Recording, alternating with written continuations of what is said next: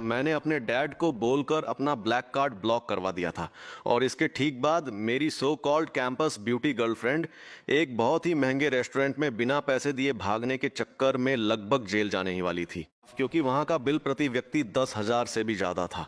मैं अपने private room में आराम से बैठा था और उसके भेजे हुए अनगिनत घबराए हुए हेल्प मैसेजेस को मज़े से पढ़ रहा था। वो लिख रही थी, गू फान, आज हमने जिंगचेन का जन्मदिन मनाने का फैसला किया था ना, तो तुम्हारी हिम्मत कैसे हुई अपना कार्ड ब्लॉक करने की? तुम अभी हो कहाँ? जल्दी से यहाँ आओ और बिल पे करो। यहाँ बहुत सारे लोग इंतजार कर रहे हैं। तुम जल्दी आओ वरना मैं तुमसे कभी बात नहीं करूँगी।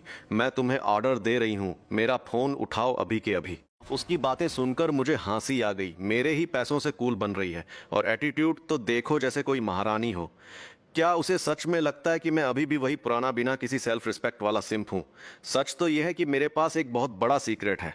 मेरा पुनर्जन्म हुआ है, यानी मैं रीबॉर्न हो चुका हूँ।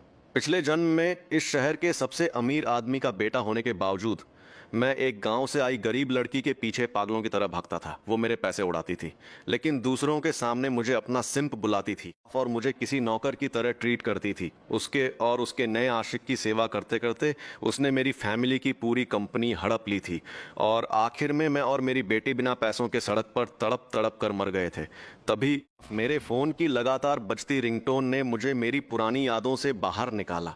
जैसे ही मैंने कॉल उठाया, दूसरी तरफ से वही बॉस वाला एटीट्यूड दिखाते हुए एक आवाज़ आई, गुफान जल्दी से यहाँ आओ और हमारा बिल क्लियर करो। मैंने अपना फ़ोन पकड़ा और थोड़ा साइड में जाकर बोला, बिल क्लियर करूं? भाई, जब मैंने वहाँ कुछ खाया पिया ही नहीं तो तुम मुझे बिल भरने के लिए क्यों बुला रही हो? लियू रुयान को अब एहसास होने लगा था कि मैं शायद बदल गया हूँ। पहले तो मैंने उनके लिए कोई लग्जरी होटल बुक नहीं किया और अब मैं उनका बिल भरने से भी साफ मना कर रहा था। जबकि कुछ ही देर पहले जब हम सब एक साथ लाइब्रेरी में पढ़ने गए थे तो मैंने ही सबसे पहले जाकर उनके लिए सीट्स रिजर्व की थी और उनके लिए स्पेशल मिल्क टी भी खरीद कर लाया था। तो फिर ऐसा क्या हो गया कि लाइब्रेरी में बस एक छोटी सी नींद लेने के बाद जब मैं सोकर उठा तो मेरा पूरा बर्ताव ही बदल गया? खैर, वो सब छोड़िए। अभी तो लियू रुयान के सामने होटल मैनेजर अपना लंबा चौड़ा बिल हाथ में लिए खड़ा था और उनकी हालत खराब हो रही थी। वो उन्हें रोक रहे थे और वहां से जाने नहीं दे रहे थे। लियू रुयान के परिवार की हालत कुछ खास अच्छी नहीं थी। उसकी ट्यूशन फीस से लेकर रोजमर्रा के खर्चे तक सब कुछ मैं ही तो उठाता था। मिस लियू, आप वीचैट से पे करेंगी या कार्ड स्वाइप करेंगी? मैनेजर ने बगल में खड़े होकर एक बार फिर से पूछा। उसने हाथ बढ़ाकर मैनेजर को थोड़ा रुकने का इशारा किया और चुपचाप एक कोने में जाकर दबी हुई आवाज में फोन पर मुझसे बोली, क्या हमेशा से ऐसा नहीं होता आया है कि मैं मजे से खर्च करती हूँ और तुम चुपचाप पेमेंट करते हो? उसने ये बात इतने कॉन्फिडेंस और हक जताते हुए कही जैसे उसे अपनी इस हरकत पर जरा सी भी शर्म ना आ रही हो।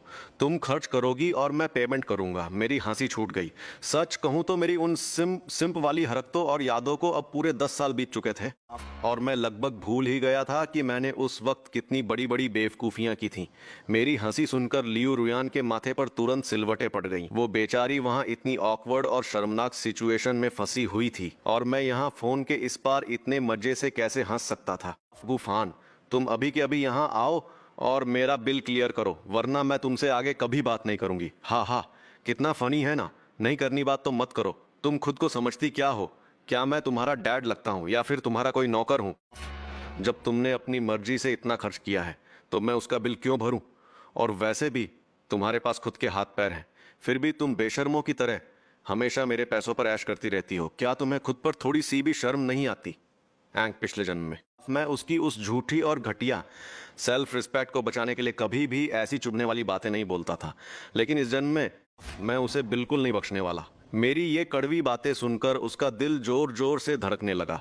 उसने आज तक सबके सामने अपनी एक ऐसी इमेज बना रखी थी जैसे वो किसी बहुत अमीर और शरीफ खानदान की बेटी हो, जबकि सच्चाई तो ये थी कि मैं ही लगातार उस पर पैसे उड़ा रहा था ताकि वो अपने उस अमीर होने के दिखावे को हर बार बरकरार रख सके। उसे सच में लगने लगा था कि वो किसी बहुत अमीर खानदान की बेटी है। अब जब मैंने उसे इस तरह से खरी खोटी सुनाई तो शर्म के मारे उसका चेहरा एकदम लाल हो गया। लेकिन फिर उसे याद आया कि उसके बहुत सारे क्लासमेट्स और उसका वो नया नया बना क्यूट सा बॉयफ्रेंड अभी भी वहीं फंसे हुए हैं और बिना बिल पे किए वो लोग वहाँ से निकल नहीं सकते। इसलिए उसने अपना टोन थोड़ा सख्त करते हुए कहा, मुझे पता है कि तुम अभी मुझसे बस नाराज हो रहे हो और अपने नखरे दिखा रहे हो। अगर तुम अभी के अभी यहाँ आकर हमारा बिल क्लियर कर दोगे तो मैं तुम्हारी इस हरकत के लिए तुमसे नाराज नहीं होंगी। लियू रुयान, अब मेरी बात कान खोल कर सुन लो। आगे से तुम मेरे एक भी पैसे पर ऐश करने के बारे में सोचना भी मत। मैं अपने पैसे सड़क पर किसी भिखारी को दान दे दूंगा, लेकिन तुम्हें एक फूटी कौड़ी भी नहीं दूंगा। और हाँ, तुम मुझसे नाराज हो या नहीं, इससे मुझे अब रत्ती भर भी फर्क नहीं पड़ता।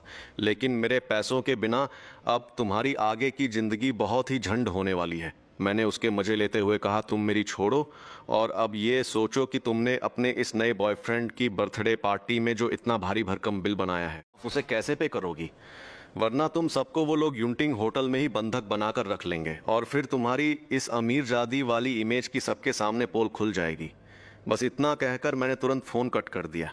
पिछले जन्म में जब शिए जिनचेंग का बर्थडे था तब मैं बीमार पड़ गया था और पार्टी में नहीं जा पाया था, लेकिन उस पार्टी की सारी तैयारी और खर्चा मैंने ही किया था। अभी थोड़ी देर पहले जब मैं सोशल मीडिया स्क्रॉल कर रहा था तब मुझे पता चला कि शी जिनचेंग के इसी 20वें जन्मदिन पर वो दोनों ऑफिशियली एक साथ आ गए थे। यार, मुझे कितनी बुरी तरह से धोखा दिया जा रहा था। फोन कटने के बाद उस कोल्ड सी बीप बीप की आवाज को सुनकर लियू रुयान एकदम से बुरी तरह घबरा गई।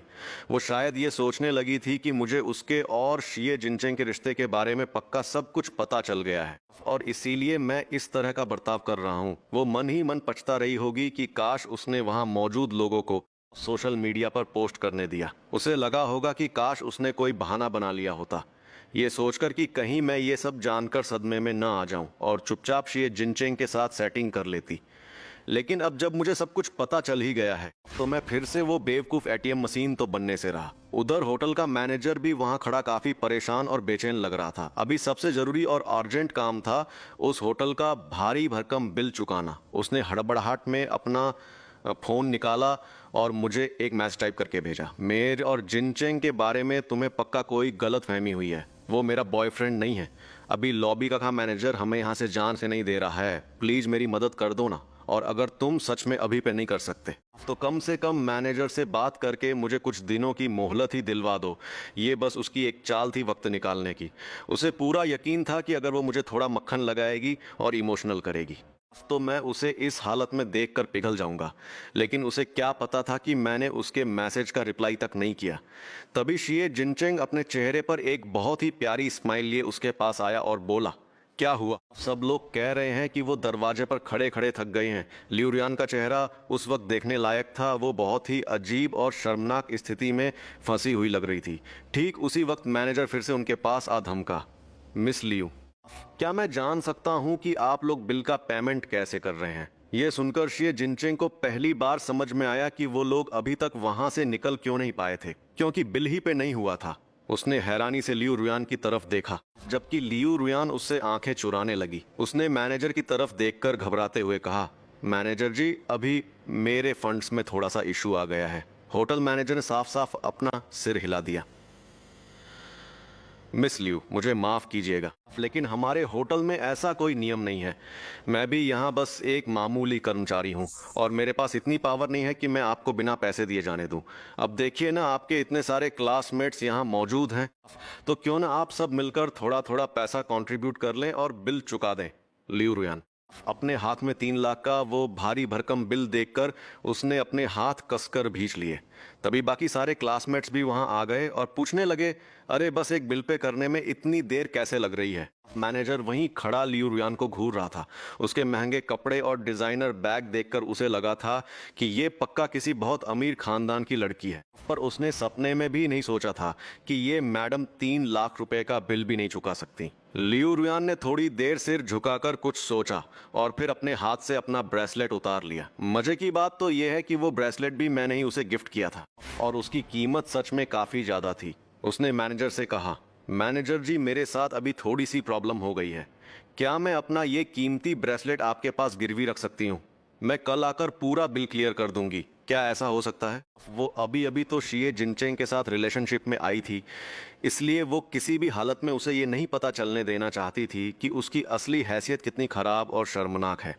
होटल मैनेजर के चेहरे पर अभी भी वही प्रोफेशनल सी स्माइल थी। उसने कहा, मिस लियू, सॉरी, लेकिन हमारे यहाँ ऐसा कोई सिस्टम नहीं है। ये सब देखकर शी जिनचेंग को थोड़ा अजीब लगा। वैसे तो लियू रुयान के खर्चे हमेशा आसमान छूते थे, तो फिर आज ऐसा क्या हो गया कि वो 3 लाख रुपए का बिल भी नहीं भर पा रही है? रुयान, क्या बात है? सब ठीक तो है ना? लियू रुयान ने तुरंत बहाना बनाया, मेरे सारे कार्ड्स गुफान के पास हैं और अभी वो मेरा फोन भी नहीं उठा रहा है। ये सुनकर शी जिनचेंग ने चैन की सांस ली। उसे लगा था कि शायद लियू रुयान के साथ कोई बड़ी प्रॉब्लम हो गई है। तो अब हम क्या करेंगे? उसने लियू रुयान की तरफ फिक्र भरी नजरों से देखते हुए पूछा। आखिर शी जिनचेंग एक बहुत ही मिडिल क्लास फैमिली से था। उसका महीने भर का खर्चा बमुश्किल 1,000 रुपये होता था और आज वैसे भी उसका बर्थडे था, तो 3 लाख रुपए उसके लिए तो किसी बहुत बड़े पहाड़ जैसे ही थे। कोई बात नहीं, तुम टेंशन मत लो।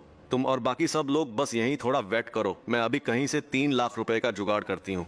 इतना कहकर उसने वो पैसे का इंतजाम करने के लिए होटल से निकल गई। इन सालों में मैंने उसे बहुत सारे महंगे लग्जरी आइटम्स और कुछ लिमिटेड एडिशन स्नीकर्स गिफ्ट किए थे।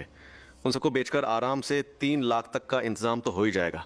दूसरी तरफ जब मैं और मेरे मॉम डैड अपना डिनर खत्म करके बाहर निकले तो मैंने देखा कि मेरे सारे क्लासमेट्स प्राइवेट रूम के बाहर खड़े थे। वैसे भी मेरा अपने क्लासमेट्स के साथ कोई बहुत खास कनेक्शन नहीं था, इसलिए मेरा उनके पास जाकर हेलो हाय करने का कोई मूड नहीं था। लेकिन शे जिंगचेंग की तेज नज़र तुरंत मुझ पर पड़ गई। वो मेरे पास आया और बोला, गूफान, तुम यहाँ क्या कर रहे हो? मुझे तो लगा था कि तुम्हारी तबीयत खराब है और तुम हॉस्टल में सो रहे हो। मैं तो बस यही सोच रहा था कि थोड़ी देर में वापस जाते वक्त तुम्हारे लिए केक लेता जाऊंगा। फिर उसने मेरे पेरेंट्स की तरफ देखा और बड़ी ही तमीज से बोला, नमस्ते अंकल, नमस्ते आंटी। मुझे सच में कोई आइडिया नहीं था कि आप लोग आज यहाँ आने वाले हैं, वरना मैं आपको अच्छे से अटेंड करता। मेरी इस गलती के लिए मुझे माफ़ कर दीजिएगा। मेरे मॉम डैड को देखकर उसने जिस इज्जत से उन्हें ग्रीट किया वो सच में देखने लायक था। सच कहूँ तो मेरे मॉम डैड को शे जिंगचेंग काफ़ी पसंद था। इसकी वजह यह थी कि वो अक्सर मेरे ही साथ रहता था और सामने से देखने पर वो बहुत ही सीधा सादा, शरीफ और समझदार लड़का लगता था। मेरी मॉम ने मुस्कुराते हुए कहा, शाओ शे बेटा, हमें भी अभी अभी पता चला है कि आज तुम्हारा बर्थडे है। हम तुम्हारे लिए कोई गिफ्ट तो तैयार नहीं कर पाए, लेकिन तुम्हें जन्मदिन की बहुत बहुत शुभकामनाएं। मेरी मॉम के चेहरे पर एक बहुत ही ग्रेसफुल स्माइल थी। भले ही उन्होंने एकदम सिंपल से कपड़े पहने हुए थे, लेकिन फिर भी उनके अंदर की वो रॉयल और क्लासिक वाइब किसी से छिप नहीं रही थी। शे जिंगचेंग ने तुरंत अपनी मीठी बातें शुरू कर दी। अरे थैंक यू आंटी, आप दोनों को यहाँ देखकर ही मुझे इतनी खुशी मिल गई है कि अब मुझे किसी बर्थडे गिफ्ट की क्या ही ज़रूरत है भाई। उसकी जबान में मानो चाशनी घुली हुई थी। उसकी मीठी मीठी बातों ने मेरे मॉम डैड को इतना इम्प्रेस कर दिया था कि उनके चेहरे से स्माइल जाने का नाम ही नहीं ले रही थी। अगर मेरे साथ मेरी पिछली जिंदगी वाले वो हादसे ना हुए होते तो कसम से आज भी मैं उसके इस मासूम, सीधे साधे और शरीफ दिखने वाले चेहरे के धोखे में आकर बेवकूफ़ बन ही जाता। मेरे क्लासमेट्स ने मेरे पेरेंट्स को देखा और उन्हें लगा कि उनकी वाइब और पर्सनैलिटी काफ़ी अच्छी है। वो सोच रहे होंगे कि इतने अच्छे परिवार से होने के बावजूद मैं हमेशा लियू रुयान के सामने एक बेशर्म सिंप की तरह क्यों बर्ताव करता था। ये बात तो सबको पता थी कि वो हमेशा मुझसे चिढ़ी रहती थी, फिर भी मैं पागलों की तरह उसके पीछे पीछे घूमता रहता था। और तो और मैं उसके और शी जिनचेंग के बीच में हमेशा एक थर्ड व्हील यानी कबाब में हड्डी बना रहता था। अरे हाँ गूफान, रुयान कह रही थी कि उसके सारे कार्ड्स तुम्हारे पास हैं। तुम्हारे यहाँ न होने की वजह से अभी तक होटल का बिल पे नहीं हो पाया है। शी जिनचेंग के चेहरे पर एक बड़ी सी स्माइल थी।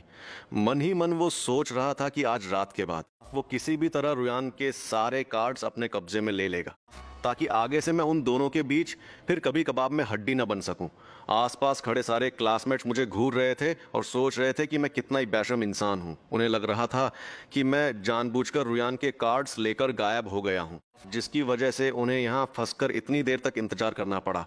उनकी आंखों में मेरे लिए साफ साफ नफरत और चिढ़ दिख रही थी। मैंने थोड़ा कंफ्यूज होने की एक्टिंग करते हुए पूछा, कैसे कार्ड्स? शी जिनचेंग को लगा कि मैं अभी भी बेवकूफ़ बनने का नाटक कर रहा हूँ, लेकिन इतने सारे क्लासमेट्स के सामने वो मुझ पर गुस्सा भी नहीं कर सकता था, वरना उसकी वो शरीफों वाली अच्छी इमेज खराब हो जाती जो उसने सबके सामने बना रखी थी। उसने खुद को शांत रखते हुए कहा, रुयान बता रही थी कि उसके बैंक कार्ड्स तुम्हारे पास रखे हैं। अच्छा हुआ तुम हमें यहीं मिल गए। रुयान तुम्हें कॉल कर रही थी पर कॉल लग नहीं रहा था, और मैंने तुम्हें मैसेज किया तो तुमने कोई रिप्लाई भी नहीं दिया, इसलिए वो तुम्हें ही ढूंढने के लिए अभी अभी वापस कॉलेज गई है। ये रुयान भी ना सच में मेरा तो बस एक नॉर्मल सा बर्थडे था, लेकिन उसने जबरदस्ती मेरे लिए इतनी ग्रैंड और महंगी पार्टी अरेंज कर दी। शीए जिनचेंग की बातों में वो फेक और शो ऑफ वाला टोन साफ झलक रहा था। ये बात तो हर कोई जानता था कि मैं रुयान को कितना ज्यादा पसंद करता था, और शीए जिनचेंग ये सब बातें जानबूझकर सिर्फ और सिर्फ मुझे जलाने के लिए बोल रहा था। लेकिन उसे क्या पता था कि मेरे चेहरे पर जलन नहीं, बल्कि बस एक हल्की सी रिलैक्स्ड स्माइल थी। मैंने उससे पूछा तो उसने तुमसे कहा कि उसके बैंक कार्ड्स मेरे पास रखे हैं। शीए जिनचेंग ने जब देखा कि मैं जरा भी गुस्सा सा नहीं शेसा, बल्कि मेरे चेहरे पर एक मुझे कोई फर्क नहीं पड़ता वाला भाव है, तो उसे अंदर ही अंदर बहुत अजीब और बुरा लगा। फिर भी उसने जबरदस्ती मुस्कुराने का नाटक करते हुए कहा, हाँ गूफान, अब तुम कार्ड्स निकाल भी दो यार। बाकी सब लोग यहाँ कब से खड़े खड़े थक गए हैं। वहाँ मौजूद सारे क्लासमेट्स मुझे अब और भी ज़्यादा गुस्से और नफरत से घूर रहे थे। उन्हें लग रहा था कि अगर मैं ना होता तो वो लोग इतनी देर तक वहाँ फंसे नहीं रहते। मैंने एकदम रिलैक्स होकर कहा, लियू रुयान का कोई भी बैंक कार्ड मेरे पास नहीं है। इतना बोलकर मैं अपने मॉम डैड की तरफ घूमा और बोला, मॉम डैड चलिए हम चलते हैं। लेकिन जैसे ही मैं पलटा, किसी ने मेरा हाथ कसकर पकड़ लिया। ये शीए जिनचेंग था, जिसे डर था कि अगर मैं चला गया तो रुयान को मैं मिलूंगा नहीं। और आखिरकार आज पार्टी का दिन था, तो वो इस सिचुएशन को ऐसे ही तो नहीं छोड़ सकता था। उसने कहा, गूफान, अगर ऐसी बात है तो शायद कोई गलत फहमी हुई होगी। एक काम करो ना, तुम अभी मुझे 3 लाख रुपए उधार दे दो। जैसे ही रुयान वापस आएगी वो तुम्हें सारे पैसे लौटा देगी। असल में मैंने रुयान की वो कॉल अपने पेरेंट्स के सामने नहीं उठाई थी, इसलिए उन्हें इस पूरे ड्रामे के बारे में कुछ भी नहीं पता था। मेरे डैड, जो इस सबसे अनजान थे, चुपचाप साइड में खड़े होकर अपना बैंक कार्ड निकालकर मैनेजर को देने ही वाले थे कि मैंने तुरंत उनका हाथ रोक लिया। मैंने शीए जिनचेंग की आंखों में देखते हुए सीधे सीधे पूछा, तुम्हें इतना पक्का यकीन कैसे है कि उसके पास 3 लाख रुपए होंगे ही? और अगर वो पैसे नहीं निकाल पाई तो मुझे नहीं लगता कि तुम्हारी भी इतनी औकात है कि तुम ये बिल चुका पाओगे, है ना? शीए जिनचेंग के घर की हालत कुछ खास अच्छी नहीं थी, और ये बात मैं हमेशा से बहुत अच्छे से जानता था। मेरी बात सुनकर उसका चेहरा पल भर के लिए एकदम बदल गया, लेकिन उसने तुरंत खुद को संभाला और वापस नॉर्मल होने का नाटक किया। गूफान, तुम और वो एक ही जगह से आते हो। तुम्हें तो अच्छे से पता है कि रुयान की फैमिली कितनी अमीर है। ऐसा तो हो ही नहीं सकता कि वो 3 लाख रुपए भी ना निकाल पाए। अगर लियू रुयान के घर वालों के पास पैसा नहीं होता तो तुम भी तो उसके पीछे इस तरह पागलों की तरह सिंपिंग नहीं कर रहे होते ना। मेरे डैड कुछ बोलना चाहते थे, लेकिन मेरी बस एक नज़र देखकर उन्होंने अपनी बात वापस मन में ही दबा ली। मैंने अपना सिर झुकाया और अपनी कलाई पर बंदी घड़ी की तरफ देखा। तुमने ही तो अभी कहा था कि वो मुझे ढूंढने गई है, तो ठीक है, मैं भी उसका यही इंतजार कर लेता हूँ। मैं तुम सबको आज अपनी आंखों से ये दिखाना चाहता हूँ कि उसके बैंक कार्ड सच में मेरे पास हैं भी या नहीं। जब शीए जिनचेंग ने मुझे इतने कॉन्फिडेंस के साथ बोलते हुए देखा तो उसकी बोलती बंद हो गई और वो कुछ कह नहीं पाया। मजबूरी में उसे अपने चेहरे पर वही पुरानी जेंटल सी फेक स्माइल लानी पड़ी। उसने मेरा हाथ पकड़ते हुए कहा, गूफान, आज दोपहर को तुम्हारी तबीयत कुछ ठीक नहीं लग रही थी, अब तुम ठीक तो हो ना? आई एम सॉरी यार, तुम्हें हॉस्टल में अकेला छोड़कर मैं यहाँ अपना बर्थडे मनाने आ गया। उसे साफ समझ आ रहा था कि आज मेरा बर्ताव रोज से बिल्कुल अलग था। इस बर्थडे पार्टी में क्लास के और भी बहुत सारे स्टूडेंट्स आए हुए थे, इसलिए वो सबके सामने अपनी इमेज खराब नहीं कर सकता था। और वैसे भी मेरे पेरेंट्स भी तो अभी वहीं खड़े थे। सच कहूँ तो मेरे पास उससे फालतू बात करने का जरा भी पेशेंस नहीं था, इसलिए मैं बस सिर झुकाए अपने फ़ोन में लगा रहा। काफ़ी देर बीत जाने के बाद बाकी क्लासमेट्स का भी सब्र टूटने लगा था। जो लोग पहले से जिनचेंग की साइड ले रहे थे, वो भी अब उसे अजीब और चिड़ी हुई नज़रों से देखने लगे थे। मैंने अपने पेरेंट्स से कहा कि वो बाहर जाकर गाड़ी में आराम से बैठें और मेरा इंतज़ार करें। किसी ने पूछा, जिनचेंग, तुम्हारी गर्लफ्रेंड आखिर कब वापस आएगी? शीए जिनचेंग ने हड़बड़ाहट में अपना फ़ोन निकाला और लियू रुयान को दोबारा कॉल लगाने लगा, लेकिन उसका फ़ोन लगातार बिजी आ रहा था और लाख कोशिश करने के बाद भी कॉल कनेक्ट नहीं हो पा रहा था। हार मानकर वो मैनेजर की तरफ पलटा और पूछने लगा कि क्या बाकी सारे स्टूडेंट्स को हॉस्टल वापस जाने दिया जा सकता है, जबकि वो और मैं यहाँ रुककर इंतजार कर लेंगे। मैनेजर ने अपना सिर हिलाते हुए साफ मना कर दिया, मिस्टर शीए, जब तक पूरा बिल पे नहीं हो जाता तब तक आप में से कोई भी यहाँ से नहीं जा सकता। वहाँ मौजूद दर्जनों स्टूडेंट्स में से आखिरकार किसी ना किसी का तो सब्र टूटना ही था, और उन्होंने अपनी भड़ास निकालना शुरू कर दिया। ये क्या मजाक है? बर्थडे पार्टी देने आए थे और पैसे तक साथ नहीं लाए। इतने ग्रैंड तरीके से बर्थडे मनाने का शौक था तो पैसे का जुगाड़ भी तो करना चाहिए था। शी जिनचेंग की गर्लफ्रेंड तो एकदम ही अनरिलायबल निकली। मुझे पहले पता होता तो मैं इस फालतू की पार्टी में आता ही नहीं। वैसे तो शिए जिनचेंग हमेशा ऐसा दिखावा करता है जैसे वो बहुत अमीर हो, फिर आज अपने ही बर्थडे का बिल भरने के लिए इसके पास पैसे क्यों नहीं है? और यार इसकी तो गू फान के साथ काफ़ी अच्छी दोस्ती है ना। अभी थोड़ी देर पहले ही तो गू फान के मॉम डैड यहीं थे, तो इसने उनसे थोड़े पैसे उधार क्यों नहीं मांग लिए?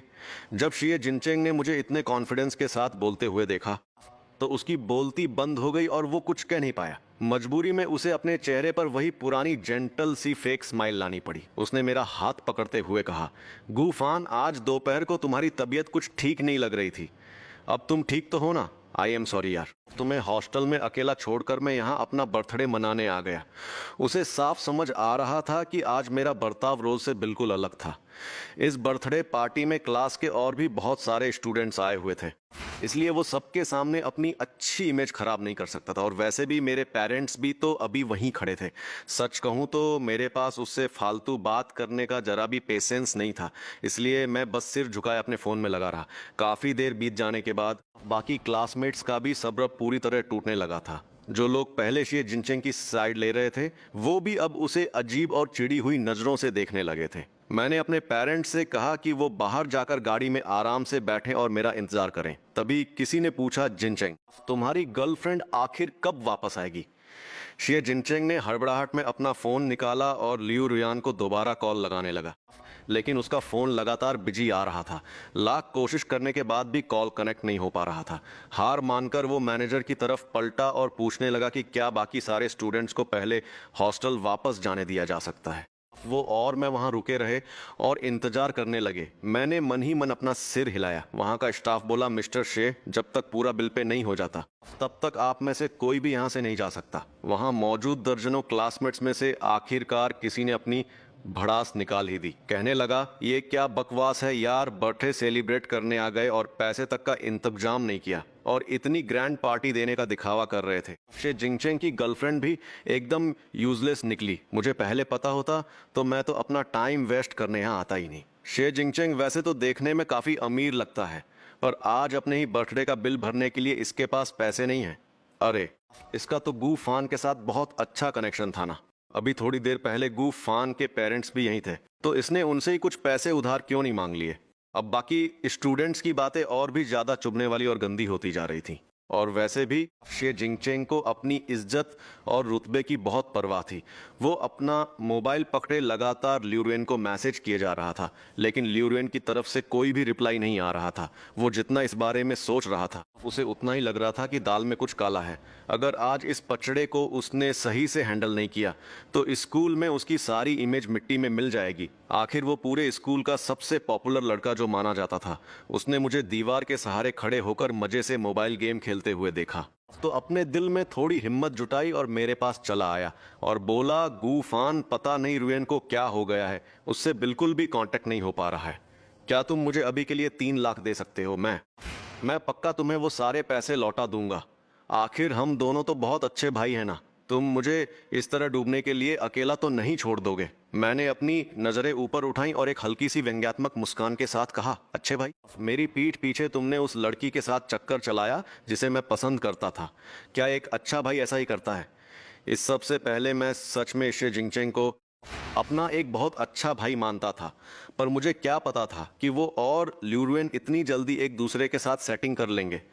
शे जिंगचेंग के चेहरे पर अभी भी एक बेशर्मों वाली स्माइल थी, जैसे कि उसने कोई महान काम कर दिया हो। वो बड़ी डिठाई से बोला, जब रुएन ने मुझे प्रपोज किया तो मैं भी शॉक रह गया था। सच बताऊं तो मुझे भी रुएन बहुत पसंद है, लेकिन क्योंकि तुम उसे पसंद करते थे इसलिए मैंने कभी कुछ बोलने की हिम्मत ही नहीं की। लेकिन यार, प्यार तो दोनों तरफ से होना चाहिए ना। जबरदस्ती का रिश्ता कभी टिकता थोड़े ही है। अब जब उसने ल्यू रुएन के साथ रहने का डिसाइड कर ही लिया था तो उसे छिपाने का कोई पॉइंट भी नहीं था। मैंने भी ताना मारते हुए कहा, वाह क्या बात कही है, जबरदस्ती का रिश्ता नहीं टिकता। अगर मेरी याददाश्त सही है तो तुम ही वो इंसान हो जो पहले हमेशा का मेरे कान भरते रहते थे कि ल्यू रुएन में ये खराबी है, वो खराबी है और मुझे उसे पसंद नहीं करना चाहिए। तो अब तुम खुद उसके साथ कैसे चिपक गए? वो तो सबके सामने सीन क्रिएट करना चाहता था कि उन दोनों के बीच एक नेचुरल अट्रैक्शन है। लेकिन उसे ये आइडिया ही नहीं था कि मैं सबके सामने उसकी पोल खोल दूंगा और बता दूंगा कि वो ल्यूरुएन की कैसे बुराई करता था। उस टाइम तो वो बस ये चाहता था कि मैं ल्यूरुएन को पसंद करना छोड़ दूं ताकि वो खुद उसके साथ सेट हो सके। पर उसकी किस्मत ही खराब थी कि ल्यूरुएन की इतनी सारी कमियां सुनने के बाद भी मैं ल्यूरुएन के प्यार में लट्टू था। इस पर वो खुद को डिफेंड करते हुए बोला, यार किसी को पसंद करना बस एक पल का खेल होता है। मुझे भी पहले रुएन थोड़ी अजीब लगती थी और वो तुम्हारे साथ जिस तरह बिहेव करती थी उसे देखकर मुझे तुम्हारे लिए बहुत बुरा लगता था। लेकिन मैं फील कर सकता हूँ कि वो मेरी कितनी केयर करती है, और फीलिंग्स को कौन कंट्रोल कर सकता है यार। ये तो तुम भी जानते हो, वरना तुम भी तो रुएन के पीछे इतने पागल नहीं होते। ठीक उसी वक्त ल्यू रुएन पसीने से तरबतर होकर होटल के 88वें फ्लोर पर आ पहुंची। जैसे ही वो लिफ्ट से बाहर निकली उसकी नज़र मुझ पर पड़ी जो वहीं खड़ा था। जाहिर है मेरी वजह से ही तो उसकी ये हालत हुई थी और उसे इतना परेशान होना पड़ा था। उसने मुझे घूरते हुए पूछा, तुम यहाँ इस वक्त क्या कर रहे हो? मैंने भी तपाक से जवाब दिया, अरे मुझे भी यहाँ रुकने का कोई शौक नहीं है। वो तो तुम्हारा ये बॉयफ्रेंड है ना जिसने मुझे यहाँ जबरदस्ती रोक रखा है। ये कहकर कि तुम्हारा कार्ड मेरे पास है। ये सुनते ही ल्यूरुएन का शरीर डर से सुन्न पड़ गया। उसे इस बात की भयंकर टेंशन हो गई कि कहीं मैं बाकी क्लासमेट्स के सामने उसकी असलियत का भांडा ना फोड़ दूं। मैंने ताना मारते हुए कहा, वाह क्या बात कही है, जबरदस्ती का रिश्ता नहीं टिकता। अगर मेरी याददाश्त सही है तो तुम ही वो इंसान हो जो पहले हमेशा मेरे कान भरते रहते थे कि ल्यूरुएन में ये खराबी है, वो खराबी है और मुझे उसे पसंद नहीं करना चाहिए। तो अब तुम खुद उसके साथ कैसे चिपक गए? वो तो सबके सामने ये सीन क्रिएट करना चाहता था कि उन दोनों के बीच एक नेचुरल अट्रैक्शन है। लेकिन उसे ये आइडिया ही नहीं था कि मैं सबके सामने उसकी पोल खोल दूंगा और बता दूंगा कि वो ल्यूरुएन की कैसे बुराई करता था। उस टाइम तो वो बस ये चाहता था कि मैं ल्यूरुएन को पसंद करना छोड़ दूं ताकि वो खुद उसके साथ सेट हो सके। पर उसकी किस्मत ही खराब थी कि ल्यूरुएन की इतनी सारी कमियां सुनने के बाद भी मैं ल्यूरुएन के प्यार में लट्टू था। इस पर वो खुद को डिफेंड करते हुए बोला, यार किसी को पसंद करना बस एक पल का खेल होता है। मुझे भी पहले रुएन थोड़ी अजीब लगती थी और वो तुम्हारे साथ जिस तरह बिहेव करती थी उसे देखकर मुझे तुम्हारे लिए बहुत बुरा लगता था। लेकिन मैं फील कर सकता हूँ कि वो मेरी कितनी केयर करती है, और फीलिंग्स को कौन कंट्रोल कर सकता है यार। ये तो तुम भी जानते हो, वरना तुम भी तो रुएन के पीछे इतने पागल नहीं होते।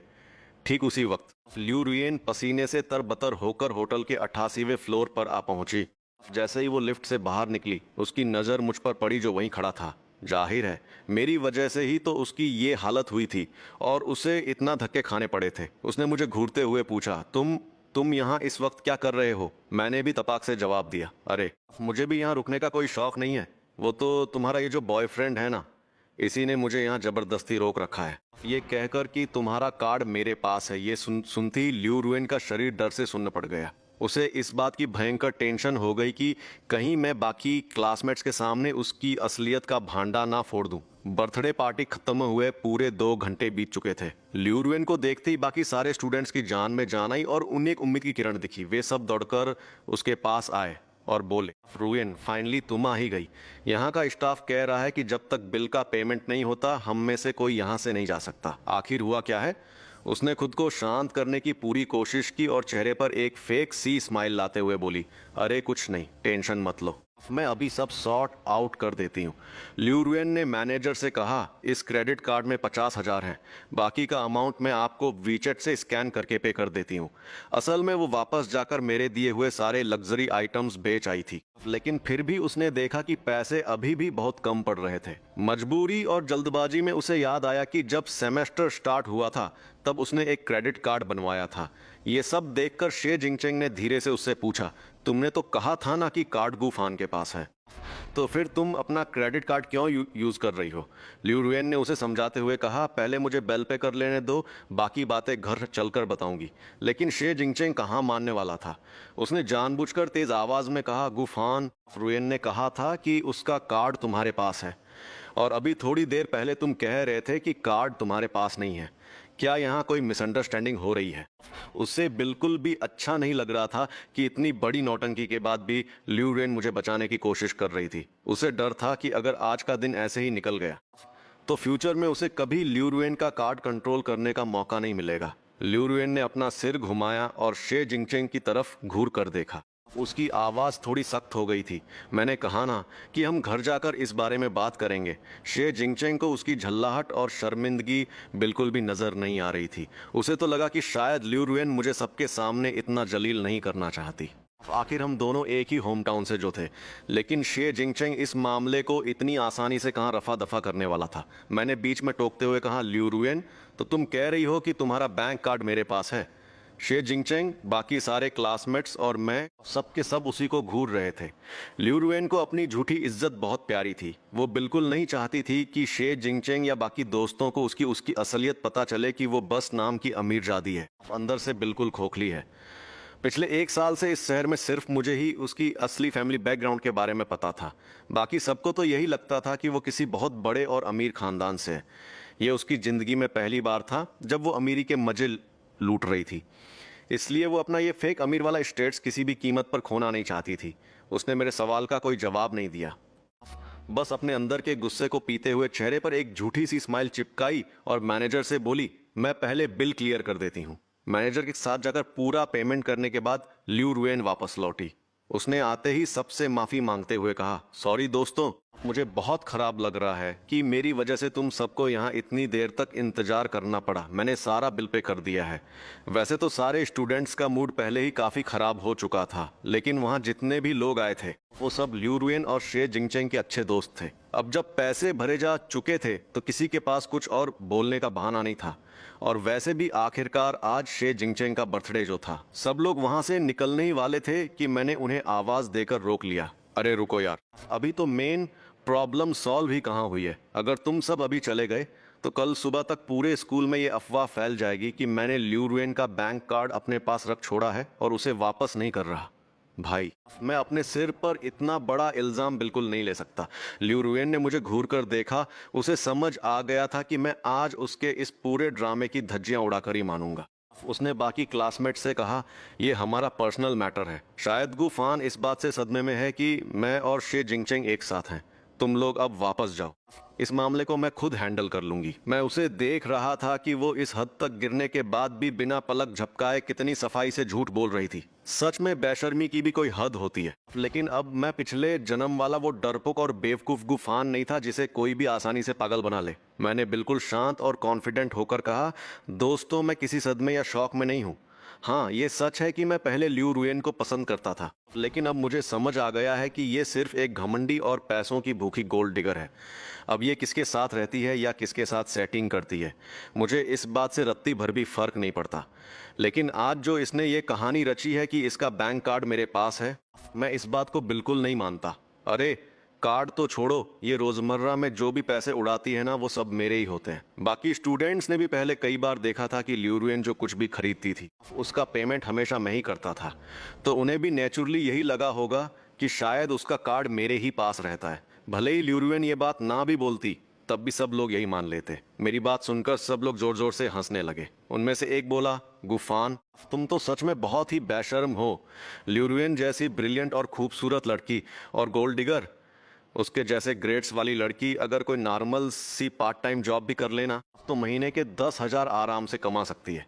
तुम जरा आंखें खोल कर देखो कि ल्यू रुएन रोज कैसे लग्जरी कपड़े पहनती है और कौन से महंगे ब्रांड्स यूज करती है। और फिर जरा अपनी शक्ल और अपने कपड़े तो देखो। सारे के सारे क्लासमेट्स ल्यू रुएन की साइड ले रहे थे।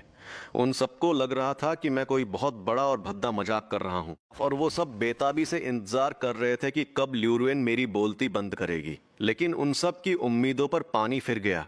ल्यू रुएन ने मुझे पलटकर कोई जवाब नहीं दिया, बल्कि बस मुस्कुराते हुए क्लासमेट से बोली, दोस्तों, अब तुम सब वापस जाओ। इतनी रात को स्कूल लौटना सच में सेफ नहीं है। लेकिन मैं उसे इतनी आसानी से छोड़ने वाला कहाँ था। मैंने कहा, ल्यू रुएन, बस एक लाइन बोलने की बात है, इसमें तुम्हारा कितना टाइम वेस्ट हो जाएगा। अभी इसी वक्त अपने इन दोस्तों को बताओ कि तुम्हारा कार्ड मेरे पास है या नहीं।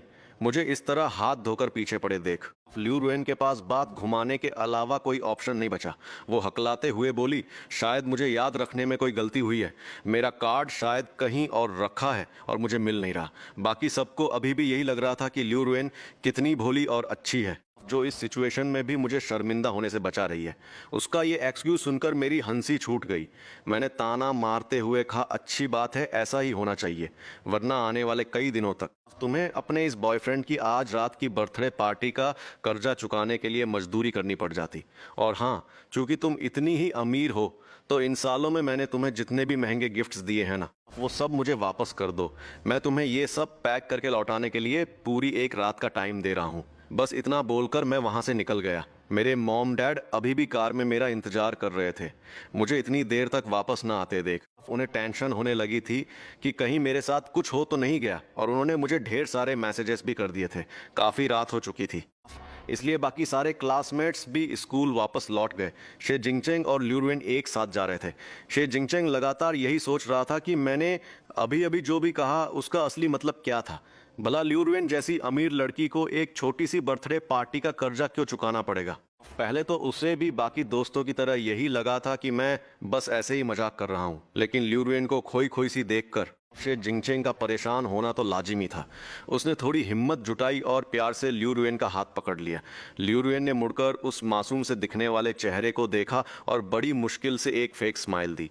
उसने पूछा, रुएन अभी गूफान जो भी कह रहा था उसका क्या मतलब था। ल्यूरुएन को खुद समझ नहीं आ रहा था कि मैं आखिर क्या गेम खेल रहा हूँ। आज एक के बाद एक लगातार जो भी मुसीबतें आ रही थी, लेकिन उसे ऐसा लग रहा था कि मैं बदल गया हूं, और वो अंदर ही अंदर इस बात से भी डर रही थी कि क्या मैं आगे भी पहले की तरह उसकी उंगलियों पर नाचूंगा या नहीं। लेकिन दूसरी तरफ वो अभी अभी शे जिंगचेंग के साथ रिलेशनशिप में आई थी, इसलिए वो उसके सामने अपनी बनी बनाई इमेज को बिल्कुल भी खराब नहीं करना चाहती थी। उसने बात को टालते हुए कहा, कुछ नहीं, शायद हम दोनों को एक साथ देखकर उसे गहरा सदमा लगा है, इसलिए वो ऐसी बातें कर रहा है। ल्यूरुएन की इन बातों ने शे जिंगचेंग को थोड़ी तसल्ली दी और उसके दिल को सुकून मिला। असल में शे जिंगचेंग एक पहाड़ी इलाके के बहुत ही गरीब परिवार से आता था। उसके परिवार वालों को उससे बहुत ज़्यादा उम्मीदें थी। उसने रात दिन एक करके बड़ी मुश्किल से छिंगपे यूनिवर्सिटी में एडमिशन लिया था, और न जाने कितने पापड़ बेलने के बाद उसे ल्यूरुएन जैसी अमीर और खूबसूरत लड़की फंसाने का मौका मिला था। ऐसे में अगर ल्यूरुएन सच में कोई अमीर जादी नहीं निकलती तो क्या उसकी इतने दिनों की सारी मेहनत पानी में नहीं मिल जाती।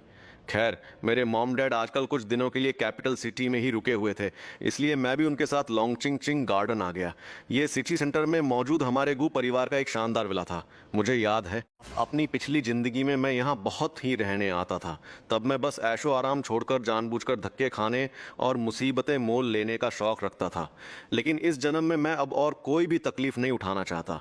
अब मुझे बस एक अमीरजादे वाली अपनी वो लग्जरी लाइफ जीनी है जो असल में मेरे लिए ही बनी है।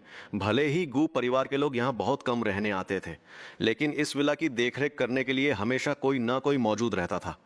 हमारी वांगमा भी लोंगचेंग शहर से हमारे साथ यहीं आ गई थी, क्योंकि मेरी मॉम को वांगमा के हाथ का बना खाना ही सबसे ज़्यादा पसंद था। इसलिए वो जहाँ भी जाती थी उन्हें अपने साथ ही ले जाती थी। जैसे ही मैंने घर के अंदर कदम रखा, मेरी नज़र उन पर पड़ी और मैंने बड़े प्यार से उन्हें आवाज़ दी, वांगमा। उन्होंने भी तुरंत प्यार से जवाब दिया, हाँ छोटे मालिक, मैं यही हूँ। वांगमा हमारे गु परिवार में पिछले 20 सालों से भी ज़्यादा समय से काम कर रही थी। मेरी पिछली ज़िंदगी में जब ल्यूरुएन ने हमारे गु परिवार के बिजनेस और संपत्ति पर कब्जा कर लिया था, तो उसके बाद वांगमा पर चोरी का झूठा इल्जाम लगाकर उन्हें घर से धक्के मारकर निकाल दिया गया था। और मैं बेवकूफ़ उस वक्त सच में यही मानता रहा कि वांगमा ने ही चोरी की होगी। लेकिन अब जब मैं उन पुरानी बातों के बारे में सोचता हूँ तो समझ आता है कि ये सब बस ल्यूरुएन की एक चाल थी वांगमा को घर से निकालने की, ताकि वो उनकी जगह किसी और को रख सके। सुना है कि गू परिवार से निकाले जाने के कुछ ही समय बाद वांगमा की मौत हो गई थी। उनकी मौत असल में कैसे हुई ये बात मुझे आज तक नहीं पता। सच कहूं तो ल्यूरुएन जैसी औरत के चक्कर में पड़कर मैंने अपने गू परिवार को पूरी तरह से बर्बाद कर दिया था और सब कुछ तबाह हो गया था। वांगमा, मैंने आपको बहुत मिस किया। आपको देखे हुए कितना लंबा वक्त बीत गया है। मेरे मुंह से ये सब सुनकर वांगमा अपने हाथ में सफाई करने वाला कपड़ा पकड़े एकदम हैरान रह गई। उन्हें समझ ही नहीं आ रहा था कि वो क्या रिएक्ट करे। उन्होंने कंफ्यूज होकर मेरे मॉम डैड की तरफ देखा। मेरे मॉम डैड ने भी अपना सिर हिला दिया, जैसे कह रहे हो कि उन्हें भी नहीं पता कि मुझे अचानक क्या हो गया है। मेरी मॉम ने मजाक उड़ाते हुए कहा, अरे बस भी करो, अब तुम दोनों सिर्फ 2 महीने ही तो नहीं मिले हो। जो तुम्हें नहीं जानता। वो तो यही सोचेगा कि तुम लोग 10-15 सालों के बाद मिल रहे हो। मुझे भी लगा कि मैं सच में थोड़ा ज़्यादा ही इमोशनल हो रहा था। मैंने थोड़ी शर्मिंदगी के साथ अपने मॉम डैड की तरफ देखा और अपनी जीभ बाहर निकाल ली। अगर ऐसा हुआ तो क्या उसकी इतने दिनों की सारी मेहनत बेकार नहीं चली जाएगी? खैर, मेरे मॉम डैड आजकल कुछ दिनों के लिए कैपिटल सिटी में ही रुके हुए थे, इसलिए मैं भी उनके साथ लॉन्चिंग गार्डन आ गया। ये सिटी सेंटर में मौजूद हमारे गू परिवार का एक शानदार विला था। मुझे याद है अपनी पिछली जिंदगी में मैं यहाँ बहुत कम ही रहने आता था। तब मैं बस ऐशो आराम छोड़कर जानबूझकर धक्के खाने और मुसीबतें मोल लेने का शौक रखता था। लेकिन इस जन्म में मैं अब और कोई भी तकलीफ नहीं उठाना चाहता। अब मुझे बस एक अमीर जादे वाली अपनी वो लग्जरी लाइफ जीनी है जो असल में मेरे लिए ही बनी है। भले ही गु परिवार के लोग यहाँ बहुत कम रहने आते थे, लेकिन इस विला की देखरेख करने के लिए हमेशा कोई न कोई मौजूद रहता था। हमारी वांगमा भी लोंगचेंग शहर से हमारे साथ यहीं आ गई थी, क्योंकि मेरी मॉम को वांगमा के हाथ का बना खाना ही सबसे ज़्यादा पसंद था। इसलिए वो जहाँ भी जाती थी उन्हें अपने साथ ही ले जाती थी।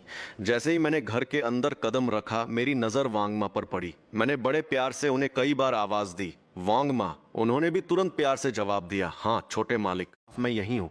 वांगमा हमारे गु परिवार में पिछले 20 सालों से भी ज़्यादा समय से काम कर रही थी। मेरी पिछली जिंदगी में जब ल्यू रुएन ने हमारे गु परिवार के बिजनेस और प्रॉपर्टी पर कब्जा कर लिया था, तो उसके बाद वांगमा पर चोरी का झूठा इल्जाम लगाकर उन्हें घर से धक्के मारकर निकाल दिया गया था। और मैं बेवकूफ़ उस वक्त सच में यही मानता रहा कि वांगमा ने ही चोरी की होगी। लेकिन अब जब मैं उन पुरानी बातों के बारे में सोचता हूँ तो समझ आता है कि ये सब बस ल्यूरुएन की एक चाल थी वांग मा को घर से निकालने की, ताकि वो उनकी जगह किसी और को रख सके।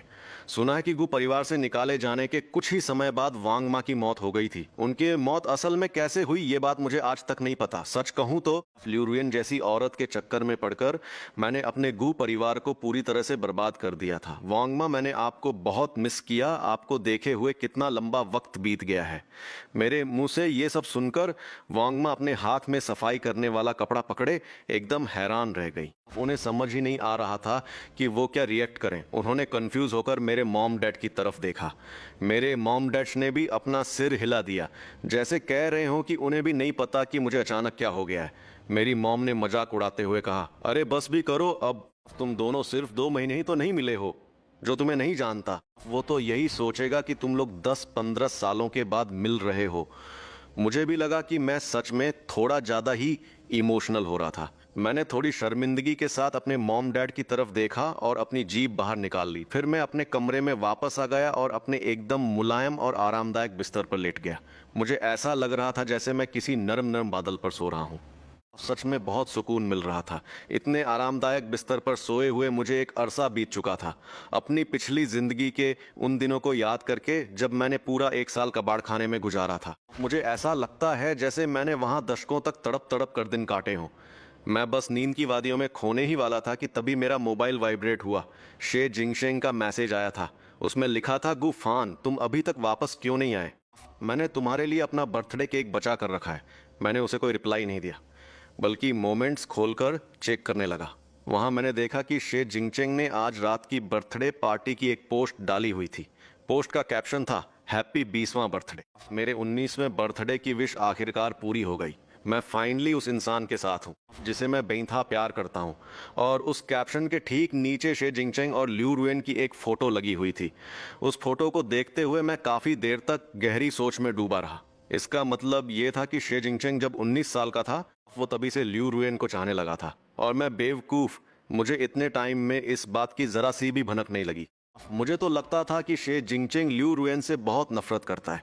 जब मैंने थोड़ा और नीचे स्क्रॉल किया तो देखा कि रुएन ने भी ऑफिशियल अनाउंसमेंट लिखकर वही सेम फोटो पोस्ट की हुई थी। मैंने उसके पोस्ट के नीचे कमेंट किया, याद रखना मैंने तुम्हें जो भी चीजें दी हैं उन्हें कल पैक करके मुझे वापस कर देना। इन सालों में मैंने उस पर बहुत पैसे पानी की तरह बहाए थे। वो सारी चीजें बहुत महंगी थी। अगर उन्हें सेकंड हैंड मार्केट में बेचा जाए तब भी अच्छे खासे पैसे मिल जाएंगे। अब जब उसे मेरी तरफ से कोई फाइनेंशियल सपोर्ट नहीं मिलेगा तो पक्का वो इन चीज़ों को बेचने की कोशिश करेगी। मैं उन चीज़ों को कूड़े में फेंकना पसंद करूंगा, लेकिन उसे बेचकर पैसे कमाने का मौका कभी नहीं दूंगा। कमेंट करने के बाद मैंने मोमेंट्स बंद कर दिए। मैं बस वापस सोने ही जा रहा था कि अचानक मेरे दिमाग में एक लड़की का चेहरा घूम गया, शेन योछू। मुझे अचानक से इस लड़की की याद आ गई।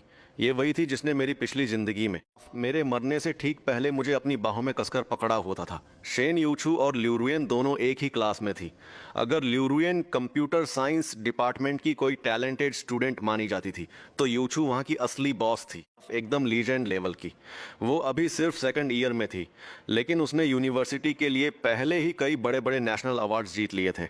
हालांकि वो और रुएन क्लासमेट थी, लेकिन वो बहुत कम ही यूनिवर्सिटी आती थी। मुझे याद आया कि मेरा और शेन योचू का तो एक पुराना रिश्ता भी जुड़ा हुआ था, लेकिन फर्स्ट ईयर में मैंने इस बात का जबरदस्त विरोध किया था। मुझे लगता था कि ये एक मॉडर्न जमाना है और शादी के मामले में पूरी आज़ादी होनी चाहिए। इसलिए मैंने उसके साथ उस अरेंज मैरिज वाले प्रपोजल को साफ ठुकरा दिया था। हमारी शादी तो तब तय कर दी गई थी जब हम दोनों अपनी माँ के पेट में ही थे। शेन योचू के दादा दादी ने ही ये रिश्ता पक्का किया था। मुझे बस इतना याद है कि मेरे पिछले जन्म में उसने मेरे करीब आने की काफ़ी कोशिश की थी, लेकिन मैंने उसे बड़ी बेरहमी से इग्नोर कर दिया था।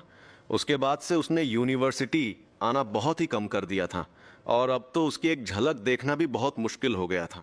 लेकिन मेरे दिमाग में एक आइडिया जरूर आया। उसके मॉम डैड कैपिटल सिटी आ चुके थे, तो जाहिर सी बात है कि शेन परिवार के साथ उनका एक डिनर तो पक्का होना ही था। और जब वो डिनर होगा तो वहाँ शेन यूचू से मिलना कोई बहुत मुश्किल काम नहीं होगा। दूसरी तरफ ल्यू रुएन नहाकर बाहर आई और उन चीज़ों को पैक करने का सोचने लगी जो उसने आज ही बेची थी। आज सिचुएशन इतनी ज़्यादा खराब हो गई थी कि मजबूरी में आकर उसने मेरे दिए हुए सारे लग्जरी बैग्स एक ऑनलाइन प्लेटफॉर्म पर बेचने के लिए डाल दिए थे। बायर्स ने उसे पहले ही पेमेंट कर दी थी, लेकिन उसने अभी तक सामान डिस्पैच नहीं किया था। वो सोच रही थी कि अभी रात में सब पैक कर लेती हूँ तो कल सुबह सुबह पार्सल भिजवा दूंगी।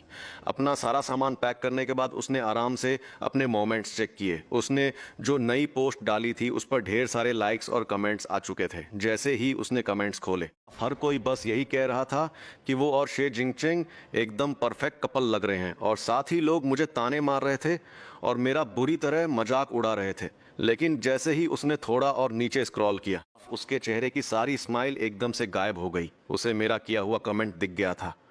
उसे तो लग रहा था कि मैंने गुस्से में बस ऐसे ही हवा में बातें कह दी थी। उसे जरा भी आइडिया नहीं था कि मैं सच में उसकी पोस्ट पर जाकर ऐसा कमेंट कर दूंगा। वहाँ कुछ हमारे कॉमन फ्रेंड्स भी थे जो मेरी इस हरकत पर मुझे गालियाँ दे रहे थे और ल्यू रुएन को सपोर्ट कर रहे थे। उसने चुपचाप मेरा वो कमेंट डिलीट कर दिया और फिर मेरी चैट विंडो ओपन करके मुझे मैसेज टाइप करने लगी। तुमने आज जो भी कहा उसका क्या मतलब था, और ऊपर से तुमने मेरे मोमेंट्स पर आकर कमेंट भी कर दिया। क्या हमारे लिए इस बात का तमाशा बनाना इतना ही ज़रूरी है? और जहाँ तक तुम्हारे दिए हुए गिफ्ट्स की बात है, वो सब तो मैं कब का फेंक चुकी हूँ। अगर तुम्हें वो सब वापस चाहिए तो जाओ और जाकर कूड़ेदान में ढूंढ लो। ये मैसेज सेंड करने के तुरंत बाद उसने हमारी सारी चैट हिस्ट्री डिलीट कर दी और फिर उसने शे जिंगचेंग की चैट ओपन की और उसके साथ एकदम स्वीट और रोमांटिक बातें करने में बिजी हो गई। उसे पूरा कॉन्फिडेंस था कि उन लग्जरी चीज़ों को लेकर मैं उसका बाल भी बांका नहीं कर पाऊंगा। उसे यकीन ही नहीं था कि मैं सच में उससे वो चीज़ें वापस मांगूंगा। आखिर वो मुझे बहुत अच्छी तरह से जानती थी। उसे पता था कि मैं उसे कितना पसंद करता था और मैं अंदर से कितना नाजुक दिल हूँ, वरना मैं इतने टाइम तक उसकी उंगलियों पर थोड़े ही नाचता रहता। इसीलिए तो उसने मुझे कभी घास ही नहीं डाली और मेरी फीलिंग्स को हमेशा इग्नोर किया। अगले दिन सुबह सुबह कंप्यूटर साइंस की क्लास में कई सारे नए और अनजाने चेहरे दिखाई दे रहे थे। शे जिंगचेंग ल्यू रुएन के ठीक बगल में बैठा था। वैसे तो वो और मैं दोनों ही डिजाइन के स्टूडेंट थे, लेकिन वो अक्सर ल्यू रुएन की क्लास में उसके साथ आकर बैठ जाता था। उसे अच्छी तरह पता था कि इस यूनिवर्सिटी में ऐसे बहुत से लड़के हैं जो ल्यू रुएन पर लाइन मारते हैं। इसलिए आज वो यहाँ बस उन सबको ये दिखाने आया था कि ल्यू रुएन अब पहले ही बुक हो चुकी है, यानी वो अब उसकी गर्लफ्रेंड है। आज क्लास में रोजाना के मुकाबले कहीं ज़्यादा स्टूडेंट्स मौजूद थे। शे जिंगचेंग को लगा कि ये सब उसकी गर्लफ्रेंड को ही देखने आए हैं, इसलिए वो बहुत चौड़ा होकर अपना सिर ऊंचा किए बड़े ही प्राउड फील कर रहा था। लेकिन किसे पता था कि टीचर के पोडियम पर आते ही वो सबसे पहली लाइन क्या बोलेंगे। उन्होंने आते ही कहा, अरे वाह, आज ये कौन सी हवा है जो हमारी शेन बॉस को यहाँ उड़ा लाई। शे जिंगचेंग ने जैसे ही पलट कर देखा, उसकी नज़र शेन यूचू पर पड़ी। एकदम खूबसूरत चेहरा, परफेक्ट नैन नक्श और उसके हर एक अंदाज से किसी रॉयल घराने की वाइब आ रही थी। वो ऐसी लड़की थी जो चाहे जहां भी जाए सबकी नज़रें अपने आप उसी पर टिक जाती थीं। टीचर की बात सुनकर शेन योचू अपनी जगह से खड़ी हुई और बड़ी ही प्यारी स्माइल के साथ उन्हें विश करते हुए बोली, गुड मॉर्निंग सर। हमारे टीचर झांग लोंग वैसे तो काफ़ी मजाकिया इंसान थे, लेकिन पढ़ाई और लेक्चर के मामले में वो बहुत ही स्ट्रिक्ट रहते थे। उनकी क्लास का रूल एकदम क्लियर था, जो भी स्टूडेंट उनके डिपार्टमेंट का है, अगर उसने 3 से ज़्यादा क्लासेज बंक की तो उसका इस सेमेस्टर में फेल होना पक्का है। लेकिन शेन योचू इस रूल का इकलौता एक्सेप्शन थी, क्योंकि वो टेक्निकल स्किल्स में इतनी तगड़ी थी कि वो और टीचर अक्सर अकेले में एडवांस टेक्नोलॉजी और कोडिंग के टॉपिक्स पर डिस्कशन किया करते थे। उन दोनों का रिश्ता सिर्फ एक स्टूडेंट और टीचर का था या फिर दोस्तों का। ठीक उसी वक्त मैं भी हाथ में एक किताब लिए क्लासरूम में आ पहुंचा। मेरी पहली नज़र लिू रुएन और शे जिंगचेंग पर पड़ी। जिंगचेंग ने मुझे देखकर हाथ तो हिलाया, लेकिन उसका इंटेंशन मुझे अपने पास बुलाने का बिल्कुल नहीं था, क्योंकि आज उन्होंने मेरे लिए कोई सीट नहीं रोकी थी। लिू रुएन को लग रहा था कि मैं उसे इतनी आसानी से नहीं भूल पाऊंगा, इसीलिए तो आज भी मैं उसकी क्लास अटेंड करने चला आया हूँ। लेकिन आज मुझे बड़ी अजीब सी फीलिंग आ रही थी। पूरी क्लास में एक भी सीट खाली नहीं थी। मैंने चारों तरफ नज़र दौड़ाई, क्लास खचाखच भरी हुई थी। मैं टेंशन में था कि आखिर बैठूं कहाँ, कि तभी मेरी नज़र कोने में पड़ी एक खाली सीट पर गई। उस खाली सीट के ठीक बगल में वाइट शर्ट पहने एक लड़की बैठी हुई थी। उसका चेहरा एकदम गोरा और साफ था, और स्किन इतनी सॉफ्ट और ग्लोइंग थी कि कुछ सेकंड्स के लिए तो मेरी धड़कन ही रुक गई। ये लड़की कोई और नहीं बल्कि शेन योचू थी। अगर गौर से देखा जाए तो वो लिू रुएन से कई हजार गुना ज़्यादा खूबसूरत थी। पता नहीं उस टाइम मेरी आंखों पर कौन सी पट्टी बंधी थी, जो मैं बेवकूफ़ लिू रुएन को पसंद करने लगा था। उस खाली सीट पर एक किताब रखी हुई थी। अब पता नहीं उसने वो सीट किसी और के लिए रोकी थी, या फिर वो बस ये चाहती थी कि उसके बगल में कोई ना बैठे। लेकिन क्या इत्तेफाक था, मैं तो खुद सोच रहा था कि उससे कैसे मिलूं। मेरे दिमाग में एक आइडिया आया और मैं धीरे से उसके पास चला गया। मैंने अपनी आवाज़ थोड़ी भारी की और उसके कान के पास जाकर बोला, एक्सक्यूज़ मी, क्या मैं जान सकता हूँ कि ये सीट खाली है? शेन योचू ने सिर उठाकर मुझे देखा। वो पल भर के लिए एकदम शॉक्ड रह गई। उसे लगा जैसे उसके कानों ने कुछ गलत सुन लिया हो। मैंने दोबारा पूछा, एक्सक्यूज़ मी, क्या यहाँ कोई बैठा है? क्या मैं यहाँ बैठ सकता हूँ? मेरी बात साफ साफ सुनने के बाद शेन योचू ने इनकार में सिर हिलाते हुए कहा, नहीं, आप बैठ सकते हैं। असल में ये सीट शेन योचू ने अपनी बेस्ट फ्रेंड फांग सीथिंग के लिए रोकी हुई थी। मेरे बैठते ही पीछे के दरवाजे से एक लड़की अंदर आई, लेकिन शेन योचू के बगल में एक लड़के को बैठा देखकर वो अचानक से वहीं रुक गई। वो शेन योचू की यूनिवर्सिटी की अच्छी दोस्त फांग सीथिंग ही थी। शेन योचू ने आज तक यूनिवर्सिटी में कभी किसी लड़के से ढंग से बात तक नहीं की थी, तो जाहिर है कि जो लड़का उसके बगल में बैठा है वो कोई आम इंसान तो हो नहीं सकता। और जब उसने देखा कि पूरी क्लास में अब एक भी सीट खाली नहीं बची है, तो उसने झल्लाहट में अपना माथा पीटा और योचू को एक मैसेज किया, अरे मेरी माँ, इस सेमेस्टर की मेरी 3 क्लासेज बंक करने की लिमिट पहले ही ख़त्म हो चुकी है और तुम लड़के के चक्कर में अपनी दोस्त को भूल गई। अगर अगली बार बंक मारने की वजह से मैं फाइनल एग्जाम्स में फेल हो गई ना, तो तुम्हें प्रोफेसर से मेरे लिए बात करनी पड़ेगी। आखिर तुम्हारी उनके साथ इतनी अच्छी सेटिंग जो है। ये मैसेज सेंड करने के बाद वो तुरंत क्लास से बाहर निकल गई। फांग सीथिंग का मैसेज पढ़कर योचू के होठों पर एक प्यारी सी स्माइल आ गई, लेकिन फिर उसे लगा कि कहीं कोई देख ना ले, इसलिए उसने तुरंत अपनी स्माइल छिपा ली। मैंने उसकी वो मुस्कुराहट देख ली थी। ऐसी खूबसूरत स्माइल मैंने पहले कभी नहीं देखी थी। मैं मन ही मन सोचने लगा, आखिर उसे मैसेज करने वाला कौन हो सकता है? क्या ये वो इंसान है जिसे वो आजकल पसंद करती है? दूसरी तरफ शे जिंगचेंग मुझे योचू के बगल में बैठा देखकर गुस्से से अपने दांत पीस रहा था। अगर पहले योचू ने यूनिवर्सिटी आना कम ना किया होता तो मैं कभी लिू रुएन जैसी लड़की को पसंद ही नहीं करता। और अब मैं उसके ठीक बगल में बैठा था और मुझे तो ऐसा लग रहा था जैसे योचू मुझे देखकर ही मुस्कुरा रही है। लिू रुएन ने भी एकदम कोल्ड एक्सप्रेशन के साथ अपना सिर घुमाया। वो पक्का यही सोच रही होगी कि मैं ये सब बस उसे जलाने के लिए कर रहा हूँ। वो सोच रही होगी कि मुझे जल्द ही अकल आ जाएगी, क्योंकि हर कोई उसकी तरह आसानी से बात करने वाला नहीं होता। लेकिन सच तो ये है कि मैं तो वैसे भी हमेशा से कंप्यूटर साइंस की क्लास अटेंड करने आता ही था। सेकंड ईयर में मैंने शेन योचू को ज़्यादा नहीं देखा था। पता नहीं वो अचानक से दोबारा क्लास अटेंड करने कैसे आ गई। शायद ये ऊपर वाले ने मुझे एक मौका दिया है। इस जन्म में मैं शेन योचू को दोबारा कभी कोई चोट नहीं पहुंचाऊंगा। पहले जब मैं क्लास में आता था तो मेरी नज़रें बस लिू रुएन पर ही टिकी रहती थीं। मैं उसकी खूबसूरती में इतना अंधा था कि मैंने कभी ढंग से लेक्चर सुना ही नहीं। लेकिन अब जब मुझे दूसरी ज़िंदगी मिली है तो मैं अपनी पिछली ज़िंदगी की तरह अपना ये कीमती टाइम बर्बाद नहीं करना चाहता। शेन योचू कंप्यूटर साइंस डिपार्टमेंट की एकदम बॉस है। मैं भी कंप्यूटर साइंस को अच्छे से सीखना चाहता हूँ ताकि हम दोनों के बीच बात करने के लिए कुछ कॉमन टॉपिक्स हो सकें। और मुझे ये भी अच्छे से पता है कि आने वाले कुछ ही सालों में आर्टिफिशियल इंटेलिजेंस का कितना क्रेज बढ़ने वाला है और कंप्यूटर इंडस्ट्री एकदम टॉप पर पहुंच जाएगी। अभी हमारे ग्रुप परिवार के जितने भी बिजनेस हैं वो सब काफ़ी पुराने और ट्रेडिशनल टाइप के हैं। मैं चाहता हूं कि मैं अपने फैमिली बिजनेस को भी पूरी तरह से ट्रांसफॉर्म कर दूं। क्लास के दौरान जो भी चीज़ें मुझे समझ नहीं आ रही थी उनके लिए मैंने बीच बीच में हाथ उठाकर टीचर से कई सारे सवाल पूछे और फिर पूरी ईमानदारी से नोट्स बनाते हुए उन्हें अपनी बुक में लिख लिया। सब लोग एकदम हैरान थे कि मुझे अचानक से पढ़ाई का इतना शौक कहाँ से चढ़ गया। ल्यू रुएन तो मन ही मन मेरा मजाक उड़ा रही होगी। उसे लग रहा होगा कि मैं चाहे कितनी भी नौटंकी कर लूं या खुद को कितना भी शो ऑफ कर लूं, वो मुझे घास तक नहीं डालने वाली। क्लास खत्म होने के बाद मैंने अपने बगल में बैठी शेन यूचू को देखा। वो अपनी बुक्स पैक करके वहां से निकलने ही वाली थी।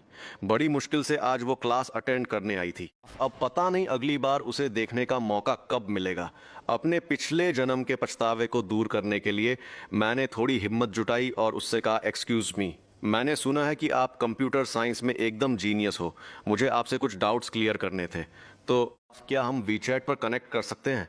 मुझे नहीं पता था कि शेन योचू को मैं याद भी हूं या नहीं। फर्स्ट ईयर में हमारे गू परिवार और शेन परिवार ने एक साथ डिनर किया था और डिनर टेबल पर शेन परिवार ने खाने की टेबल पर हमारी शादी की बात छेड़ दी थी। मैंने इसका जबरदस्त विरोध किया था और यहाँ तक कह दिया था कि उस लड़की से शादी करने से अच्छा तो मैं मर जाना पसंद करूँगा। उस वक्त तक मैंने शेन यूचू को यूनिवर्सिटी में देख लिया था। कंप्यूटर साइंस डिपार्टमेंट के लोग हमेशा उसकी और ल्यू रुएन की तुलना करते रहते थे, पर उस टाइम तो मेरी अकल पर पत्थर पड़े थे। मैं ल्यू रुएन के प्यार में इतना अंधा था कि मुझे योचू से भी बेवजह नफरत होने लगी थी। लेकिन उस डिनर के बाद मैंने फिर कभी उसे यूनिवर्सिटी में नहीं देखा। शेन योचू बस चुपचाप वहां खड़ी मुझे देखती रही। उसने हाँ या ना कुछ नहीं कहा। काफी देर तक जब कोई जवाब नहीं आया तो मैंने खुद ही अपनी इज्जत बचाते हुए कहा, अगर कोई प्रॉब्लम है तो रहने दो, कोई बात नहीं। तभी मैंने देखा कि उसने बिना कोई एक्सप्रेशन दिए अपने मोबाइल पर अपना क्यूआर कोड ओपन कर दिया। उसके हाथ हल्के हल्के कांप रहे थे। अगर कोई ध्यान से ना देखे तो उसे पता ही नहीं चलता कि वो अंदर से कितनी नर्वस थी। जैसे ही मैंने कोड स्कैन करके उसे फ्रेंड रिक्वेस्ट सेंड की, उसने राहत की एक छोटी सी सांस ली और फिर ऐसे बर्ताव करने लगी जैसे कुछ हुआ ही ना हो और आराम से अपने मोबाइल की स्क्रीन लॉक कर दी। स्क्रीन की लाइट उसकी गहरी आंखों में चमक रही थी जो देखने में एकदम तारों जैसी लग रही थी। इसके बाद वो पलटी और चुपचाप क्लास से बाहर चली गई। मैं अभी भी इसी टेंशन में था कि कहीं उसने बस फॉर्मेलिटी के लिए तो क्यूआर कोड नहीं दिखा दिया। क्या वो सच में मेरी फ्रेंड रिक्वेस्ट एक्सेप्ट करेगी भी या नहीं? लेकिन मेरे पास ज़्यादा सोचने का टाइम नहीं था। मैंने देखा कि ल्यू रुएन और शे जिंगचेंग अपनी बुक्स पैक करके क्लास से निकलने की तैयारी कर रहे हैं।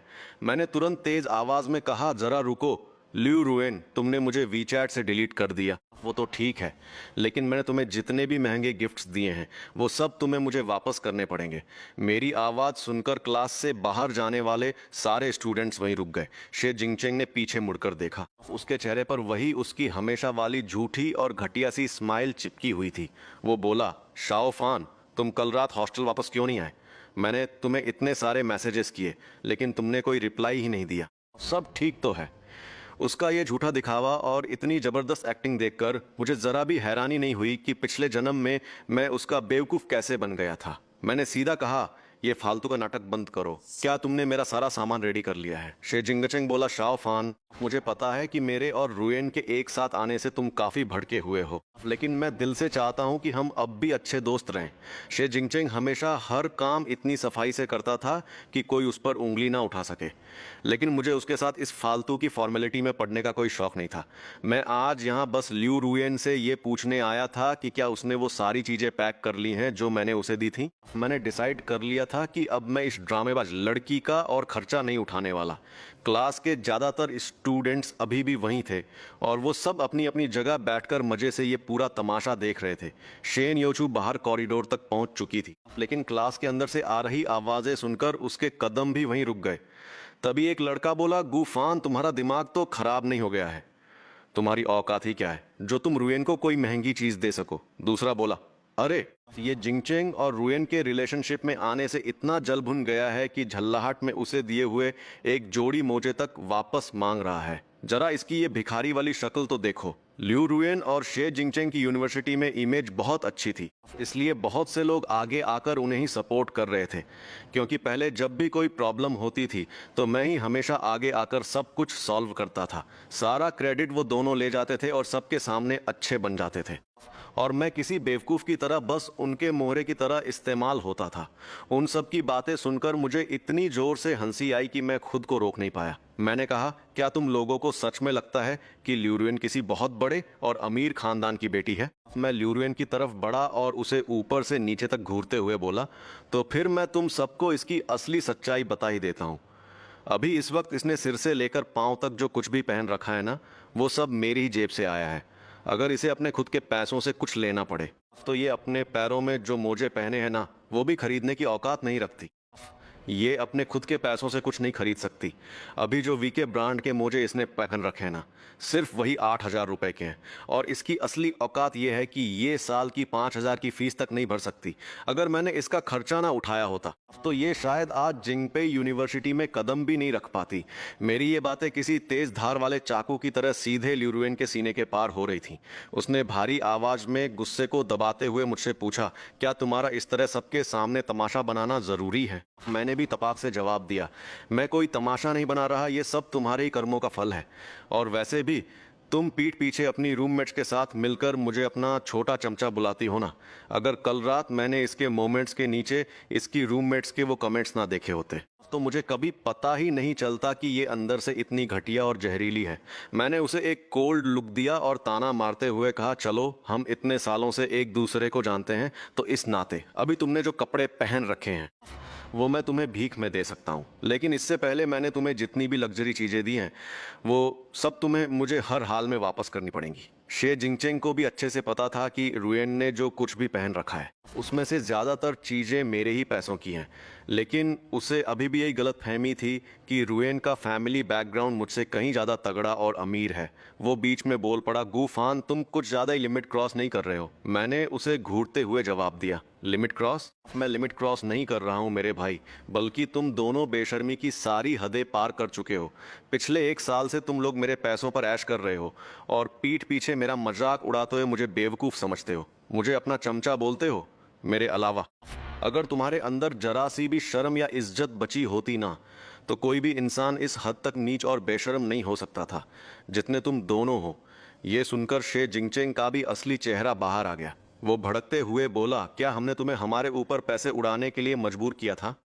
क्या हमने तुम्हारी गर्दन पर कोई चाकू रख दिया था कि हमें गिफ्ट्स दो? एक बार कोई चीज गिफ्ट में देकर उसे वापस मांग रहे हो? सच में मैंने तुम्हारे जैसा घटिया इंसान आज तक नहीं देखा। वैसे तो शे जिंगचेंग हमेशा सबके सामने बहुत ही अच्छा और फ्रेंडली इंसान होने का दिखावा करता था, और वो अपना असली रूप छिपाने में बहुत माहिर था। ये सब सुनकर सारे स्टूडेंट्स एक बार फिर से शे जिंगचेंग और ल्यूरुएन की साइड लेने लगे। सब कह रहे थे, अरे ऐसा कौन करता है कि किसी को गिफ्ट देकर वापस मांग ले? ये तो एकदम बेशर्म है। सच कहा, गरीब घर के लोगों से कभी दोस्ती नहीं करनी चाहिए। जरा जरा से गिफ्ट्स भी वापस मांग लेते हैं। अगर रुएन की फैमिली के पास पैसे नहीं होते तो क्या ये खुद इतने सस्ते और घटिया कपड़े पहनकर रुएन को इतने महंगे गिफ्ट्स देता? सीधी सी बात है, ये बस ऊंचे खानदान में अपनी जगह बनाना चाहता था। अब जब इसकी पोल खुल गई है तो ये इस तरह से बौखला कर तमाशा कर रहा है। मैं क्लास के इन सारे लड़के लड़कियों की फालतू बातें और गॉसिप सुन रहा था, लेकिन सच कहूं तो मुझे इन सब बातों से रत्ती भर भी फर्क नहीं पड़ रहा था। मेरा तो सीधा सा उसूल था, पैसे खर्च करने का मतलब है किसान को खुशी मिलनी चाहिए, और जो चीजें मैंने अपने पैसों से खरीदी हैं, जाहिर है कि मैं उनके साथ जो चाहूं वो कर सकता हूं। मैं उन लोगों में से नहीं हूं जो बाहर से तो बहुत अमीर और हाई क्लास दिखने का दिखावा करते हैं, लेकिन असल में जिनकी जेब में 100 रुपए भी नहीं होते। ये लोग बस मेरे जैसे सीधे सादे और शरीफ लड़कों को ही बेवकूफ़ बना सकते हैं, लेकिन अब मैं और बेवकूफ़ नहीं बनना चाहता। अगर मैं अपने ही पैसों से खरीदी हुई चीज़ें वापस मांग रहा हूँ तो इसमें गलत ही क्या है? ल्यू रुएन मुझे ऐसे घूर रही थी जैसे उसे यकीन ही नहीं हो रहा हो। भले ही शक्ल से मैं अभी भी वही पुराना गूफान लग रहा था, लेकिन उसे समझ आ गया था कि मेरी बातें और मेरा दिमाग अब उस गूफान जैसा बिल्कुल नहीं था जिसे वो अब तक जानती थी। अब मैं पूरी तरह से होशियार और प्रैक्टिकल हो चुका था, और मुझे अच्छे से पता था कि किसे प्यार करना है और किससे नफरत। मैंने अपनी नज़रें एकदम ल्यू रुएन पर गड़ा दी। वो एक ऐसी लड़की थी जिसका ईगो और सेल्फ रिस्पेक्ट बहुत ज़्यादा हाई था। उसे पता था कि अगर यहाँ बात और ज़्यादा बढ़ी तो इसका उसकी बनी बनाई इमेज पर बहुत बुरा असर पड़ेगा और हो सकता है कि पूरे स्कूल में उसका एक बहुत बड़ा मजाक बन जाए। वो एकदम फ्रस्ट्रेट होकर बोली, टेंशन मत लो, मैं तुम्हें तुम्हारी सारी चीजें अभी वापस कर दूंगी, लेकिन मैं यहाँ सबके सामने एक बात एकदम क्लियर कर देना चाहती हूँ कि मैं कोई दूध की धुली या तुम्हारे पैसों पर पलने वाली बेचारी लड़की नहीं हूँ। पहले तुम ही मेरे पीछे पड़े रहते थे और हाथ पैर जोड़कर मुझे अपने गिफ्ट्स देते थे, इसलिए मैंने उन्हें रख लिया था। अब जब मैं तुम्हें तुम्हारे सारे गिफ्ट्स वापस कर दूंगी तो प्लीज इसके बाद मुझे दोबारा परेशान मत करना और मेरे पीछे मत आना। इतना बोलकर ल्यू रुएन ने शे जिंगचेंग का हाथ पकड़ा और तेजी से क्लासरूम से बाहर निकल गई। इस बात को करीब आधा घंटा बीत चुका था कि तभी मुझे शे जिंगचेंग का एक मैसेज आया, तुम्हारा सारा सामान पैक करके हॉस्टल के नीचे रख दिया गया है। मैसेज पढ़कर मैं सीधा गर्ल्स हॉस्टल के गेट पर पहुंचा। उन बॉक्सेज में रखी ज्यादातर चीजें अभी भी एकदम नई लग रही थी, यहाँ तक कि कुछ की तो अभी तक सील भी नहीं खुली थी। अगर मैं इन्हें सेकंड हैंड मार्केट में ले जाकर बेच भी दूं तो क्या? मुझे पैसों की कोई कमी थोड़े ही है, लेकिन इतनी महंगी चीजों को ऐसे ही कूड़े में फेंक देना भी सच में बेवकूफी होगी। इसलिए मैंने एक बड़ा सा कपड़ा ढूंढा और वो सारी की सारी चीजें वहीं जमीन पर सजा कर रख दी और फिर जोर जोर से चिल्लाने लगा, अरे सुनिए, यहाँ से गुजरने वाली सभी खूबसूरत सीनियर्स, जूनियर्स और प्यारी लड़कियों, इस शानदार मौके को हाथ से मत जाने दीजिए। यहाँ ये सारा सामान एकदम फ्री में बांट रहा है, जिसे जो भी चाहिए वो आकर देख सकती है और अपने साथ ले जा सकती है। माना कि हमारी छिंगपे यूनिवर्सिटी कैपिटल सिटी में है और यहाँ बहुत सारे अमीर घरों के बच्चे पढ़ते हैं, लेकिन यहाँ ऐसे भी बहुत से स्टूडेंट्स हैं जो दूर दराज के छोटे और गरीब गांव से आते हैं, जिन्होंने दिन रात मेहनत करके इस यूनिवर्सिटी में एडमिशन लिया है। यहाँ जमीन पर पड़ी एक एक चीज की कीमत इतनी है कि उससे उनका कई महीनों का खर्चा आराम से निकल सकता है। तो इन्हें कूड़े में फेंकने से तो लाख गुना बेहतर यही है कि मैं इन्हें किसी जरूरतमंद को दे दूं। अब वो लोग इन चीजों को खुद इस्तेमाल करें या फिर किसी ऑनलाइन सेकंड हैंड मार्केट पर जाकर बेचकर पैसे कमाएं, ये पूरी तरह से उनकी मर्जी है। बस ये सारा सामान ल्यू रुएन के पास नहीं जाना चाहिए, बाकी कोई भी ले जाए, मुझे रत्ती भर भी फर्क नहीं पड़ता। मैं काफी देर तक वहीं खड़ा खड़ा चिल्लाता रहा, लेकिन कोई भी एक चीज लेने आगे नहीं आया। मैं ये बात तो भूल ही गया था कि इन कॉलेज स्टूडेंट्स के लिए अपनी इज्जत और अपना ईगो कितना ज्यादा मायने रखता है। मेरी पिछली जिंदगी में जब मैं एक कबाड़ खाने में सड़ रहा था, तब अगर कोई मुझे थोड़े से अच्छे कपड़े या बचा खुचा खाना भी दे देता था ना, तो मैं उनका जिंदगी भर एहसान मानता था, क्योंकि उस वक्त मेरे पास ना तो ढंग से पेट भरने को खाना था और ना पहनने को ढंग के कपड़े। उस सिचुएशन में मेरे लिए ईगो या सेल्फ रिस्पेक्ट जैसी चीजें कोई मायने नहीं रखती थी। मेरी इकलौती प्रायोरिटी बस किसी तरह जिंदा रहना था। लेकिन इन स्टूडेंट्स की हालत मेरे उस बुरे वक्त जैसी बदतर नहीं थी। इनमें से बहुत से लोग पिंडोडो जैसी ऐप से 99 रुपए वाले सस्ते कपड़े मंगाकर पहनना पसंद करेंगे, लेकिन किसी की खैरात या फ्री में दी हुई महंगी चीजें सबके सामने लेने में उन्हें शर्म आएगी। इन सब बातों को ध्यान में रखते हुए मैंने एक कागज ढूंढा और उस पर बड़े बड़े अक्षरों में लिख दिया, सभी सीनियर्स और जूनियर्स ध्यान दें, यहाँ कुछ ऐसी चीजें रखी हैं जिनकी अब मुझे कोई ज़रूरत नहीं है। इनमें से बहुत सी चीज़ें एकदम नई हैं और कुछ तो आज तक कभी इस्तेमाल भी नहीं हुई हैं। जिनको भी इन चीज़ों की ज़रूरत है वो क्यूआर कोड स्कैन करके सिर्फ 1 रुपया पे करें और जो चाहें ले जाएं। ये कागज़ वहाँ रखने के बाद मैं सीधा वहाँ से वापस नहीं आया, बल्कि मैं यूनिवर्सिटी के अंदर ही बनी एक मिल्क टी शॉप में जाकर बैठ गया। मैं आराम से अपनी चाय पी रहा था, लेकिन मेरी नज़रें लगातार गर्ल्स हॉस्टल के गेट पर ही टिकी हुई थीं। मुझे अंदर ही अंदर ये डर लग रहा था कि कहीं ल्यू रुएन वापस नीचे आकर ये सारा सामान दोबारा ना उठा ले जाए। गर्ल्स हॉस्टल के नीचे से आने जाने वाले बहुत से लोगों की नज़र उन चीज़ों पर पड़ी और उन्होंने अपने काम की चीज़ें छांटना शुरू कर दिया। लेकिन अच्छी बात यह थी कि उनमें से कोई भी लालची था। वो लोग बस अपनी ज़रूरत की 1 या 2 चीज़ें उठाते, क्यूआर कोड स्कैन करते और चुपचाप वहाँ से चले जाते। देखते ही देखते मेरे मोबाइल पर विचेट पेमेंट्स के नोटिफिकेशन बजने लगे। 1 रुपया रिसीव हुआ, 1 रुपया रिसीव हुआ। मैं आराम से शॉप में बैठा लगातार पैसे रिसीव कर रहा था। वहाँ मौजूद बाकी लोग मुझे बड़ी हैरानी से देख रहे थे और सोच रहे थे कि आखिर मैं यहाँ बैठकर कौन सा बिजनेस चला रहा हूँ। करीब 1 घंटे के अंदर ही वहाँ रखा सारा का सारा सामान बंट गया। सच कहूँ तो मेरा मूड एकदम मस्त हो गया था, क्योंकि मुझे याद है कि मेरी पिछली जिंदगी में जब मैं बहुत बुरे दौर से गुजर रहा था, तब बहुत से अनजान लोगों ने मेरी मदद की थी। इसलिए इस जन्म में मैं भी दूसरों की मदद करना चाहता था। आज मुझे फील हुआ कि दूसरों की मदद करके आखिर कितनी खुशी और कितना सुकून मिलता है। जब सारा सामान खत्म हो गया तो मैंने अंकल ल्यू को कॉल लगाया और उनसे कहा कि वो कार लेकर मुझे यहाँ से पिक कर ले। सच बताऊं तो अब मेरा हॉस्टल के उस कमरे में रहने का रत्ती भर भी मन नहीं था। दूसरी तरफ फ्लोरेन अपने हॉस्टल के कमरे में एकदम गुमसुम बैठी थी। उसके मुंह से एक शब्द नहीं निकल रहा था। उसने मेरा सारा सामान तो मुझे वापस कर दिया था, लेकिन अब सबसे बड़ी मुसीबत ये थी कि जिन लोगों ने ऑनलाइन वो चीज़ें खरीदी थी वो सब उसे पार्सल भेजने के लिए लगातार मैसेज कर रहे थे और बुरी तरह भड़क रहे थे। टेंशन के मारे उसका सिर फटा जा रहा था और हद तो ये थी कि उनमें से कुछ बायर्स हमारी ही यूनिवर्सिटी के स्टूडेंट्स थे। कल उन लोगों का भरोसा जीतने और उनसे एडवांस पेमेंट लेने के चक्कर में फ्लोरेन ने अपना असली नाम और अपने हॉस्टल का रूम नंबर तक उन्हें बता दिया था। और अब इस भारी मुसीबत में वो सब उससे कांटेक्ट करने की कोशिश कर रहे थे, लेकिन उसका फ़ोन पहुंच से बाहर था। इसलिए मजबूरी में मुझे 1/3 आना ही पड़ा। आज के लिए बस इतना ही। अगर वीडियो पसंद आए तो लाइक और कमेंट ज़रूर करना और सब्सक्राइब करना मत भूलना।